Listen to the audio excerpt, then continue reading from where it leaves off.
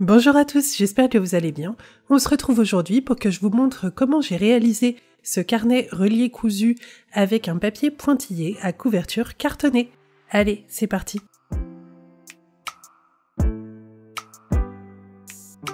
Commençons déjà par parler un petit peu choix du papier intérieur. Personnellement, j'ai choisi un papier avec un grammage bien épais, 160 grammes, donc c'est un papier qui est un petit peu costaud, sur lequel je vais pouvoir faire pas mal de choses, comme par exemple un petit peu d'aquarelle pas trop humide, utiliser du feutre avec pas mal de couches, et sur ce papier, j'ai imprimé recto verso un motif de pointillé façon bullet journal, Leuchtturm, etc. Et si jamais ça vous intéresse de pouvoir imprimer le même motif, vous pourrez retrouver le fichier PDF sur mon blog, l'adresse sera dans la barre d'infos juste en dessous.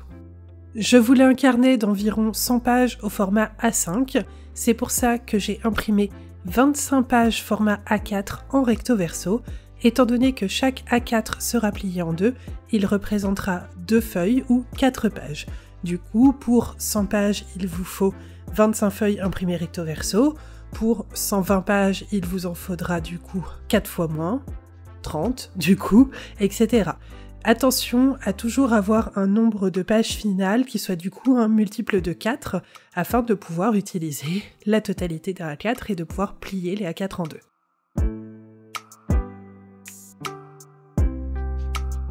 C'est d'ailleurs ce qu'on va commencer à faire, préparer le papier en prenant chaque feuille A4 et en la pliant en deux pour la transformer en un format A5.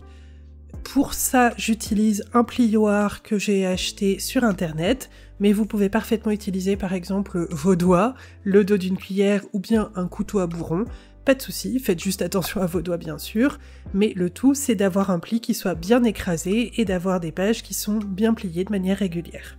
Personnellement, je préfère plier les pages une à une, c'est un petit peu plus long, ça m'aura pris une vingtaine de minutes pour plier toutes les pages, mais je trouve que le résultat est plus net comme ça.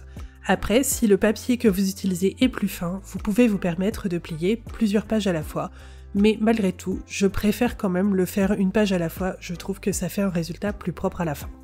Et ensuite, on va rassembler ces pages en plusieurs lots d'un même nombre de feuilles, et c'est ce qu'on va appeler des cahiers ou des signatures. On va avoir le même nombre de feuilles à chaque fois, on va les mettre les unes dans les autres et ces signatures vont être les groupes de pages que l'on va relier ensemble ensuite avec la couture. C'est vraiment pas compliqué, il suffit de prendre son nombre de pages, de le diviser par un nombre entier. Généralement, on essaye d'avoir entre 4 et 8 feuilles dans chaque signature pour éviter d'avoir des signatures trop épaisses. Il vaut mieux avoir une signature de plus et avoir un petit peu moins de pages à l'intérieur que d'avoir des signatures trop épaisses parce que sinon le papier va courber légèrement et on va avoir une plus grande différence entre la largeur des feuilles qui sont à l'intérieur des signatures et celles qui sont à l'extérieur. C'est ça qui va donner l'effet un petit peu crénelé de certains livres parce que certains éditeurs décident de garder cet effet-là.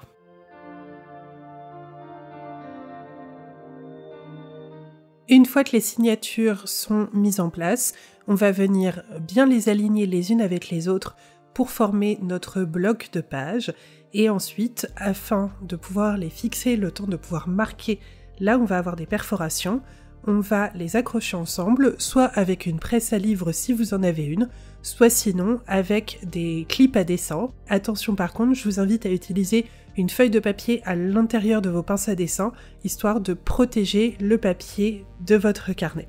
Parce que les pinces à dessin, déjà, elles sont pas toujours très propres. Moi, il y a souvent un petit peu de graphite, de peinture dessus, et en plus, elles appuient quand même fort et elles peuvent laisser des traces sur votre papier. Donc pour éviter ça, juste mettre une feuille à l'intérieur et ça évite les traces. Si jamais vous n'avez pas ça, vous pouvez aussi utiliser des livres très lourds que vous allez poser sur votre bloc de papier afin de pouvoir les maintenir en place.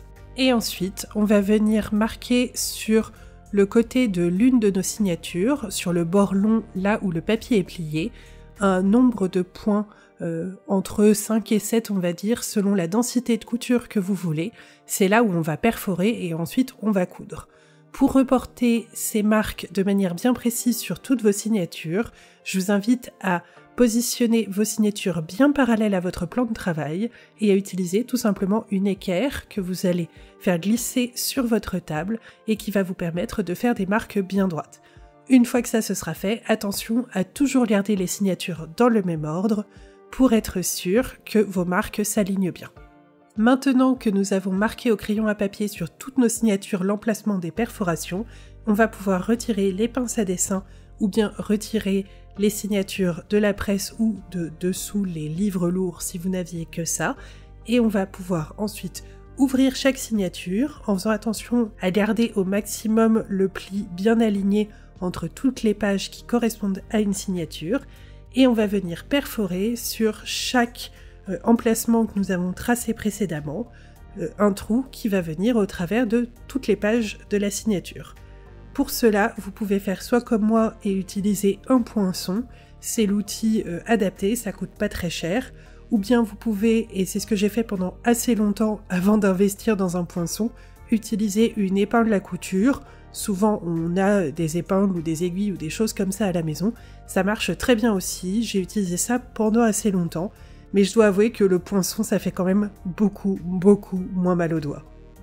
Ce qui est important dans cette phase, c'est vraiment d'essayer de garder les feuilles de chaque signature au maximum alignées et de faire vos trous au maximum à la verticale afin d'essayer de perforer bien comme il faut à chaque fois à l'intérieur du pli qui est au milieu de vos A4. C'est ce qui va vous permettre d'avoir plus de facilité lorsque vous allez coudre par la suite.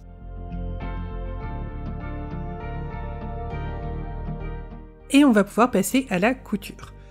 Au niveau de la couture, vous allez avoir besoin uniquement de fil et d'une aiguille, mais aussi d'un truc pour couper le fil, une paire de ciseaux, un cutter, que sais-je. Et concernant le choix du fil, personnellement, j'ai utilisé de manière relativement interchangeable du fil synthétique et du fil de coton. J'y ai pas vraiment vu de différence, mais par contre, je sais que les relieurs utilisent certains types de fils spécifiques, et principalement, ça va permettre d'avoir des carnets qui ont une meilleure durée de vie. Perso, la durée de vie de mes carnets, c'est pas quelque chose qui est très important pour moi parce que je les remplis très vite et je les jette après, je ne les conserve pas. Donc du coup, je m'en fiche un peu, mais si c'est quelque chose qui est important pour vous, je vous invite à aller faire un tour dans des boutiques de vente de matériel pour relieurs. Il y a aussi des boutiques en ligne. Je pense par exemple à l'Éclat de Verre parce que c'est une boutique où je suis déjà allée dans Paris et que je sais qu'ils ont un site de vente en ligne, mais il y a beaucoup de boutiques en ligne qui vont pouvoir vous proposer du fil réellement adapté à cet usage. Pour le processus de couture en lui-même, le principe c'est de faire des va-et-vient entre les trous que l'on a fait dans les signatures et entre les signatures. Je vais pas aller plus en détail aujourd'hui dans cette vidéo parce que j'ai déjà fait une autre vidéo sur le sujet il y a maintenant quelques années et qu'elle est encore tout à fait regardable et que le processus est toujours compréhensible à mes yeux. Donc je vous invite à aller voir cette vidéo-là. Tant que vous faites des allers-retours entre les signatures et à l'intérieur des trous, vous n'aurez pas de soucis. Il vaut mieux repasser plutôt 3 fois qu'une seule, ça permet de solidifier la reliure. Et puis après, faites comme vous pouvez. Je suis pas du tout relieur, ce n'est pas mon métier, donc je vais pas vous apprendre la technique officielle de la reliure. Mais si vous voulez quelque chose d'un peu plus détaillé, je vous renvoie vers cette autre vidéo.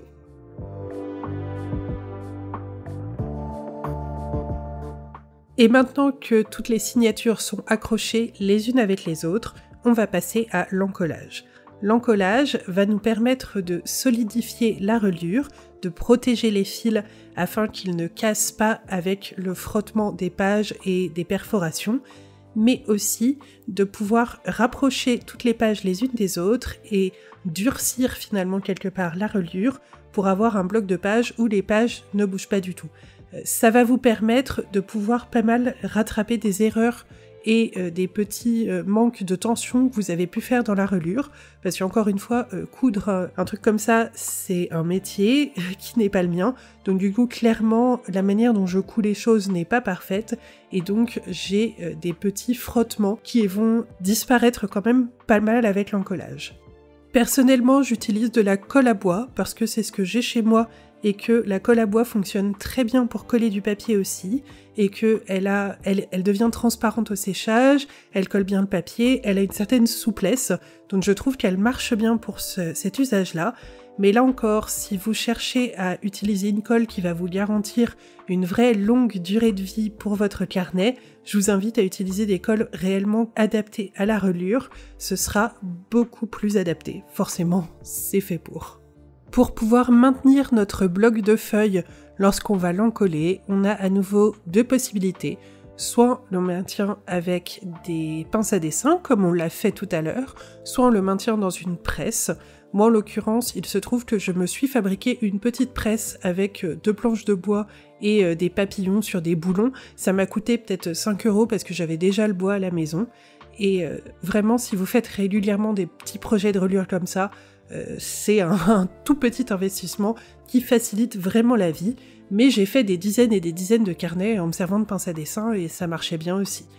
Mais là, vu que j'ai maintenant la presse et que la précédente vidéo que je vous ai fait sur le sujet, je ne l'avais pas encore et j'avais fait ça avec des pinces à dessin, je me suis dit que ça valait le coup de vous montrer un petit peu ce que ça donnait avec la presse. On vient donc positionner notre bloc de feuilles à l'intérieur de la presse en alignant au maximum les signatures entre elles qui potentiellement bougent encore un petit peu si votre reliure n'a pas été faite avec la tension idéale. Et on laisse juste déborder de la presse entre 3 et 5 mm de la tranche où l'on a fait la couture. Évitez d'encoller sur le côté où il n'y a pas de couture, parce que sinon vous aurez d'un côté la couture, de l'autre de la colle et vous ne pourrez plus ouvrir votre carnet. Et donc une fois qu'on a bien refermé la presse pour serrer le papier et qu'il ne bouge vraiment plus, on va donc utiliser la colle qu'on a choisie, du coup moi de la colle à bois, et avec un pinceau, on va venir mettre des couches très fines de colle sur la tranche que l'on a déjà reliée. On va mettre de la colle à la fois sur le papier, là où il est plié, mais aussi entre les feuilles, et c'est entre autres la tension liée à la présence du fil qui va permettre à la colle de rester en place. Et en plus, la colle va venir enduire les fils et les protéger. Et on va venir répéter ça plusieurs fois. Le but, c'est de faire 3, 5, 6 couches très fines de colle. Il ne faut pas essayer de faire une seule grosse couche de colle, ça va pas très bien fonctionner et vous allez avoir des coulures, ce ne sera pas très propre. Il vaut mieux prendre son temps, faire une couche très fine, attendre une petite heure que la colle sèche, refaire une couche très fine, etc. et reproduire le processus le nombre de fois nécessaire pour que l'on ait quand même une couche assez épaisse, d'environ, je dirais, 1 mm de colle, qui viennent bien prendre le fil et le protéger, et qui viennent aussi combler les trous entre les signatures. C'est pas très compliqué. En plus, la colle à bois et la colle de reliure sont relativement faciles à utiliser. On peut les nettoyer à l'eau. Le pinceau est nettoyable relativement facilement. Du coup, c'est un processus qui va prendre un petit peu de temps, mais qui n'est pas extrêmement compliqué. Il faut juste prendre son temps et accepter de faire plein de couches différentes au lieu de faire une seule grosse couche.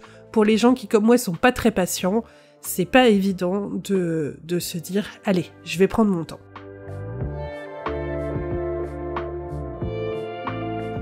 Une fois qu'on a laissé sécher pour la dernière fois environ une nuit dans la presse, on va pouvoir retirer notre bloc tout relié, tout beau de la presse. Et vous voyez, c'est quand même pas mal du tout au niveau des alignements, mais c'est pas nickel non plus et on va devoir recouper.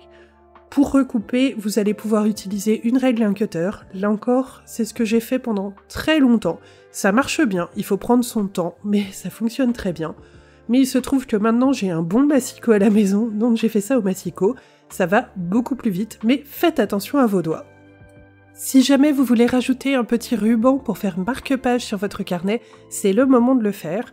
Vous pouvez très bien le faire avec la même colle que vous avez utilisée, mais vu que la colle à bois a un temps de séchage un petit peu plus long que la colle gel scotch, j'ai décidé d'utiliser de la colle gel scotch parce que j'étais un petit peu pressée. Je devais finir de tourner cette vidéo assez rapidement. Du coup, j'ai utilisé cette colle-là. Ça marche très bien, mais honnêtement, elle me colle des migraines et l'odeur est catastrophique. Si vous avez une alternative à la colle Scotch gel, je suis hyper intéressée parce que j'ai pas trouvé et cette odeur c'est un enfer. Et donc on met juste un petit peu de colle sur la tranche et on vient positionner notre ruban. N'hésitez pas à mettre quand même pas mal de longueur sur la tranche, c'est ce qui va permettre que le ruban soit bien ancré et qu'il résiste quand vous tirez dessus, quand vous vous en servez comme marque-page.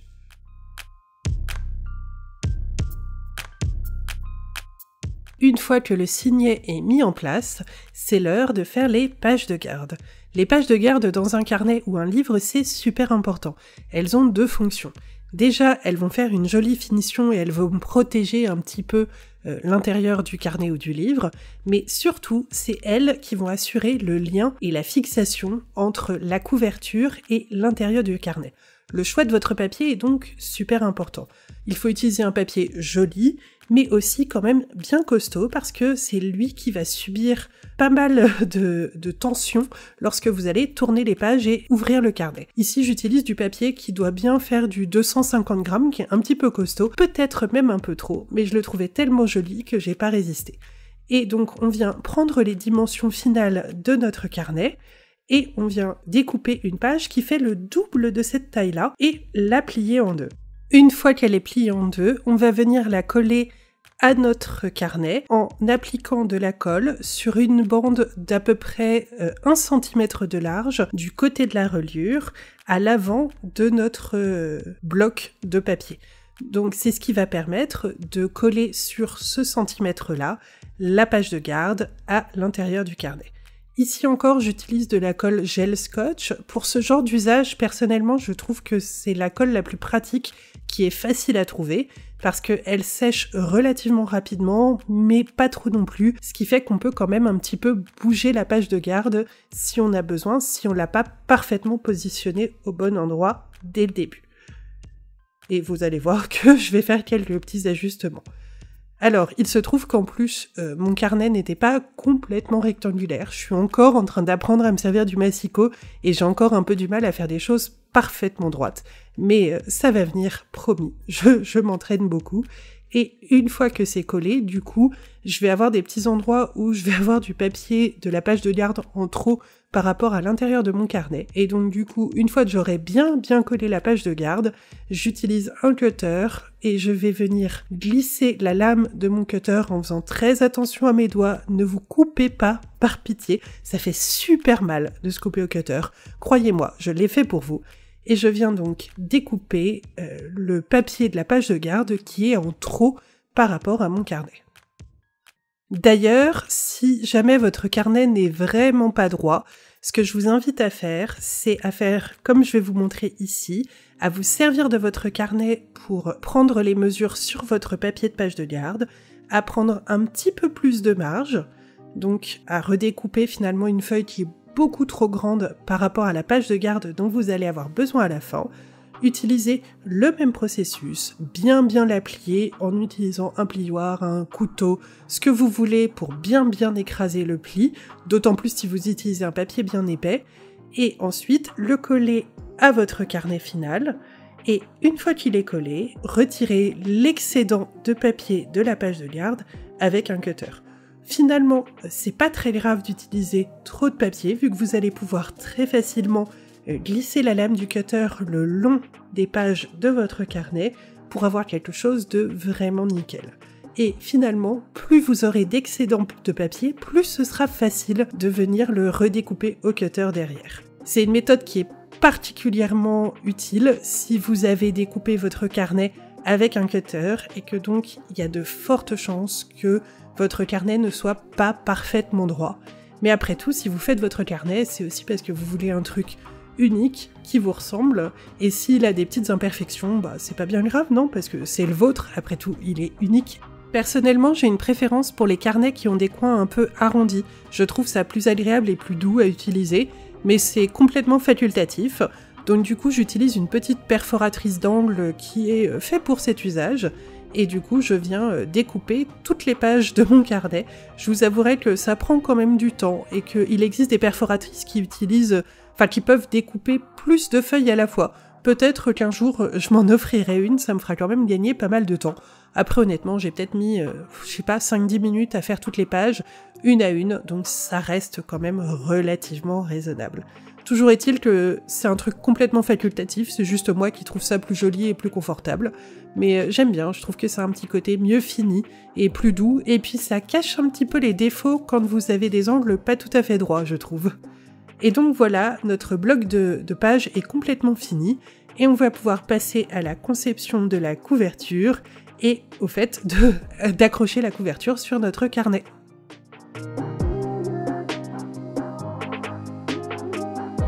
On va partir du principe que notre carnet n'est pas parfaitement perpendiculaire et que ses dimensions sont un petit peu décalées, que la hauteur n'est pas tout à fait la même à gauche et à droite du carnet, etc. Donc, pour pouvoir avoir une couverture qui suit au mieux notre carnet, on va venir poser le carnet sur le carton qu'on va utiliser pour la couverture et on va venir faire le dessin du tour afin d'avoir l'empreinte du carnet d'un côté et de l'autre. Pour ne pas se tromper, on va bien indiquer qu'on a la partie arrière sur le carton et la partie avant sur les cartons, et indiquer aussi le haut et le bas, et si vous avez pris les mesures de l'intérieur ou de l'extérieur. Je vous assure que ça va être plus simple, et malgré ça, j'ai quand même réussi à me tromper, vous verrez.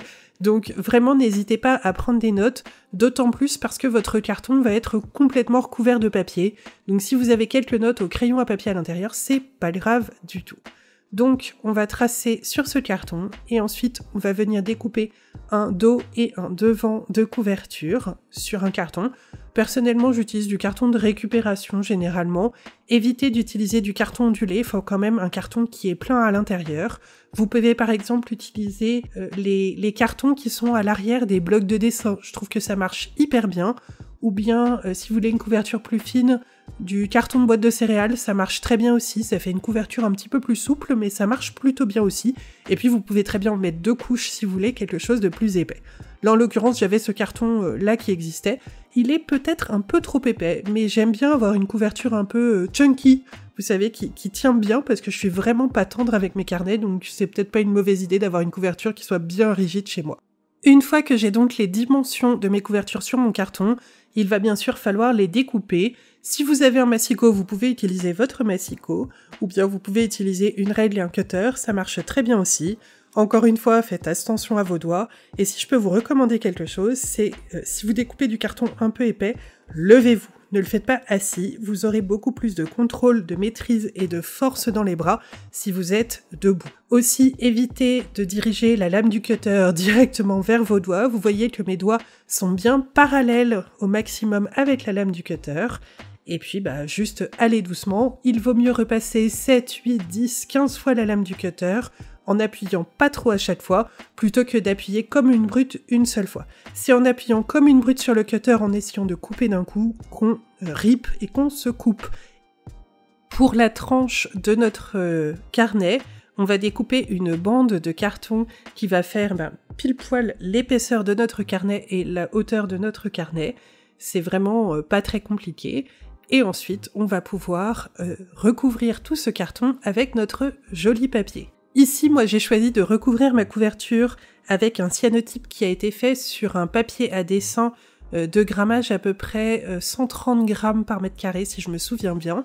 Mais vous pouvez utiliser un papier sur lequel vous avez dessiné, par exemple, ou bien un papier décoratif, un peu ce que vous voulez, tant que ce n'est pas un papier trop épais, parce qu'il va falloir pouvoir le plier assez facilement. Je vais commencer par repérer là où je veux que ma couverture soit située, parce que vous voyez que moi j'ai mon logo que je veux à peu près centré sur la page arrière de mon carnet, et en plus j'ai une ligne verticale sur mon papier que je veux situer exactement sur la tranche pour qu'elle soit un peu moins visible. Pour pouvoir reporter ça sans faire de traces de stylo ou sur mon papier, je vais utiliser une petite épingle et je vais faire des trous à des endroits où je sais que je ne vais pas utiliser ce papier-là. Et ensuite, je vais retourner mon papier et faire une ligne au crayon reliant ces deux perforations-là. Ça me permet de pouvoir me faire des repères qui soient très discrets ensuite. Et donc, je vais, vu que moi je veux vraiment positionner ma couverture à un endroit précis de mon papier. Je vais ensuite positionner mes morceaux de carton sur mon papier au dos et venir tracer le contour de mes morceaux de carton pour savoir exactement là où je vais les encoller. Petite précision, on laisse toujours 5-6 mm d'espace entre la tranche et l'avant et l'arrière de notre carnet sur le papier, parce que sinon, il n'y aurait pas de charnière. C'est cet espace vide entre la petite partie toute fine qui fait la tranche du carnet et les deux couvertures qui va permettre au carnet de se plier. Et si vous ne laissez pas assez d'espace, ça va faire un carnet qui va être très compliqué à ouvrir et à fermer et qui va pas être très agréable à utiliser. Ensuite, moi je vais découper le papier que j'ai en trop en laissant en supplément à peu près la largeur de ma règle, mais c'est pas très important vu que c'est quelque chose qui va être de toute manière caché sous les pages de garde, mais comme ça j'ai à peu près la même quantité de papier tout autour. Je trouve que ça fait plus propre et mon petit côté psychorigide apprécie. On va enfin pouvoir coller notre carton à notre papier décoratif. Pour ça, je vais utiliser à nouveau ma bonne vieille colle à bois parce que je trouve qu'elle a un temps de travail plus long. Elle sèche moins vite que la colle scotch gel et du coup, ça va me permettre de pouvoir vraiment positionner ma couverture pile poil là où je veux. Il y a deux écoles. Il y a les gens qui encollent le papier et posent le carton sec dessus, ou les gens qui encollent le carton et le posent sur le papier sec. Personnellement, je vois pas vraiment de différence. J'ai l'impression que les bulles, ça dépendra plus du type de papier que vous utilisez pour votre couverture, plutôt que de la manière dont vous en collez. Et là, par exemple, je vais avoir énormément de bulles, mais je vais avoir réussi à m'en débarrasser assez facilement. Et j'aurai des bulles sur les deux côtés de ma couverture, alors que pourtant, pour vous montrer, j'ai encollé le papier d'un côté et le carton de l'autre. Donc faites ce que vous préférez, expérimentez. Si vous trouvez plus facile d'encoller le carton, encollez le carton. Si vous trouvez plus facile d'encoller le papier, encollez le papier. Mais attention, pensez quand même bien, encore une fois, à laisser ces 5, 6, 7 mm de vide entre la tranche et l'avant et l'arrière de votre couverture afin de pouvoir plier votre livre. Sinon, vous ne pourrez jamais plier votre couverture. Et vous voyez, une fois que ça colle, là avec ce papier-là, vu que c'est vraiment un papier qui est assez fin, j'ai quand même pas mal de bulles, mais en prenant mon temps, en passant mes doigts, en passant un rouleau de scotch, mon plioir, etc., j'ai fini par réussir à me débarrasser des bulles. Et vous voyez, là, j'encolle le carton, et en fait, j'ai eu autant de problèmes sur les deux côtés. Soit dit en passant, si vous êtes attentif, vous verrez que j'ai collé la couverture de l'avant sur le dos et la couverture du dos sur l'avant. En l'occurrence, vu que mon carnet était à peu près droit, ça m'a pas tellement posé de problème. Mais si vous êtes un petit peu moins chanceux, faites bien attention à mettre la bonne couverture au bon endroit. Une fois que le carton est bien collé sur notre papier, et j'ai tendance à attendre un petit peu que la colle ait pris, histoire de ne pas prendre le risque que le carton ait bougé, on va pouvoir commencer à découper les angles, ce qui va nous permettre de pouvoir replier le papier, et aussi découper le centre là où il y a la tranche du carnet. Attention, il faut toujours laisser quelques millimètres de papier et pas couper complètement dans l'angle, laisser un petit peu plus de papier que ce que vous pensez nécessaire, parce que c'est ce qui va vous permettre de recouvrir l'angle du carton aussi. Une fois qu'on aura fait ces découpes-là, on va venir encoller le papier cette fois. Personnellement, à ce moment-là, je recommande vraiment d'encoller le papier, sinon vous allez mettre de la colle partout, et on va venir le rabattre sur notre carton, ce qui va permettre de réellement créer la couverture terminée avec les tranches bien propres recouvertes de motifs. Je trouve ce moment extrêmement satisfaisant parce que c'est là où d'un coup on a un truc super joli et qui fait un peu fini. J'adore ce moment-là. Et ensuite, je vous invite à bien appliquer votre papier sur votre carton, c'est ce qui va vous éviter les bulles. Comme je vous disais, un rouleau de scotch, ça marche plutôt pas mal pour pouvoir passer sur le papier. Faites attention à votre papier s'il est un peu fragile. Vous pouvez aussi laisser votre couverture à plat sous des livres pendant la nuit pour bien l'aplatir pendant qu'elle sèche. Et une fois qu'elle est finalisée, on va pouvoir accrocher la couverture à notre carnet.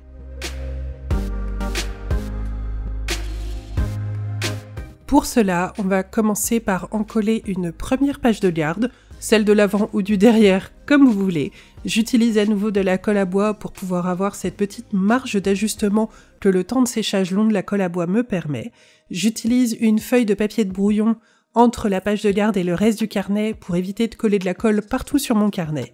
Et ensuite, je viens positionner ma page de garde à l'intérieur de mon carnet, le refermer et bien appuyer comme il faut, de l'intérieur comme de l'extérieur, de préférence en utilisant là encore une feuille de brouillon pour éviter que la colle ne fasse pouitch sur les pages de notre carnet tout beau tout neuf.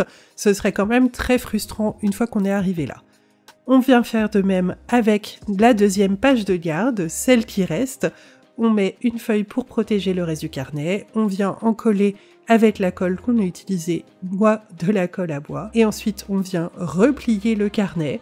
On appuie bien comme il faut pour être sûr que la page de garde va vraiment bien se coller à la couverture du carnet. Et vous voyez que le motif de la page de garde vient recouvrir complètement la partie moche de l'intérieur de la couverture. Et donc, une fois que notre carnet est bien collé comme ça, on peut en savourer quelques secondes. Et puis, je vous invite à le mettre soit sous presse, soit sous un gros livre bien lourd, pendant une nuit, le temps que la colle sèche. Et voilà, notre carnet façon bullet journal est terminé. Vous n'avez plus qu'à l'utiliser maintenant.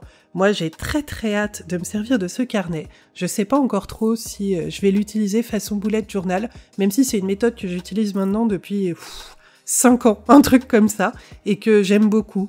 Après, je fais pas un bullet journal très joli, mais si jamais ça vous intéresse que je vous fasse une vidéo un peu d'update en tant qu'utilisatrice régulière du bullet journal de manière non décorative et artistique, je pourrais vous faire une vidéo sur le setup de ce nouveau bullet journal, presque pour la nouvelle année, vu que nous sommes mi-février. En tout cas, merci d'être arrivé jusqu'ici, j'espère que la vidéo vous a plu. Si c'est le cas, n'hésitez pas à me dire ce que vous en avez pensé en commentaire. Si elle ne vous a pas plu, vous avez le droit de laisser un commentaire aussi, bien sûr. Vous pouvez marquer votre satisfaction en un quart de seconde en mettant un pouce vers le haut, ça me fait toujours très chaud au cœur. Et vous pouvez, comme d'habitude, vous abonner à la chaîne si ce n'est pas déjà fait, pour ne pas rater d'autres vidéos. Si celle-ci vous a intéressé, ce serait sympa. En tout cas, je vous remercie à nouveau d'être arrivé jusque-là, et moi je vous dis à très vite sur les réseaux sociaux, et pour une prochaine vidéo, salut!